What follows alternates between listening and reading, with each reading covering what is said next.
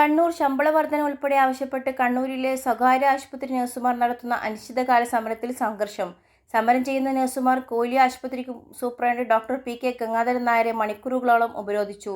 ഉച്ചയ്ക്ക് 2 മണിയോടെ ഡോക്ടർ ഗംഗാധരൻ നായർ പോലീസിന്റെ സഹായത്തോടെ പുറത്തിറങ്ങിയെങ്കിലും ഉന്തും തള്ളുമുണ്ടായി. ഇതിനിടയിൽ ഡോക്ടർ നഴ്സുമാരെ മർദ്ദിക്കാൻ ശ്രമിക്കുകയും ചെയ്തു. കണ്ണൂർ നഗരത്തിലെ 5 ആശുപത്രിക്ക് മുന്നിൽ വേതന വർധനവിനായി നഴ്സുമാരുടെ സമരം ഒത്തുതീർന്നിരുന്നു. എന്നാൽ കോയിലി ആശുപത്രി മാത്രം ഒത്തുതീർപ്പ് കരാറിൽ ഒപ്പിടാൻ തയ്യാറായില്ല. ഇതേ തുടർന്നാണ് സമരം കോയിലിക്ക് മുന്നിൽ നടത്തിയത്. തളാപ്പ് കോയിലി ആശുപത്രിക്ക് മുൻപിലെ സമരം വൈകിട്ട് വരെ തുടർന്നു. കണ്ണൂരിലെ 6 സ്വകാര്യ ആശുപത്രികളിലെ നഴ്സുമാരായിരുന്നു കഴിഞ്ഞ 2 മാസമായി സമരം നടത്തുന്നുണ്ടായിരുന്നത്. ധനലക്ഷ്മി സ്പെഷ്യാലിറ്റി, കിംസ്റ്റ്, ഫാത്തിമ ആശീർവാദ് എന്നീ 5 ആശുപത്രികളിലെ സമരം ഇന്നലെ collector P. Vishnuraj, T O. Mohanan MLA തുടങ്ങിയവരുടെ മധ്യസ്ഥതയിൽ നടന്ന ചർച്ചയിൽ ഒത്തുതീർപ്പായി. എന്നാൽ കോയിലി ആശുപത്രി മാനേജ്മെന്റ് സമരക്കാരുടെ ആവശ്യങ്ങൾ അംഗീകരിച്ചിട്ടില്ല. അതിനാൽ കോയിലി ആശുപത്രിയിലെ നഴ്സുമാർ സമരം തുടരുകയാണ്. രാപ്പകൽ സമരമാണ് ഇവിടെ നടക്കുന്നത്. സമരത്തിന്റെ ഭാഗമായി ഇന്ന് സമരപ്പന്തലിൽ കഞ്ഞിവെപ്പ് നടത്തി.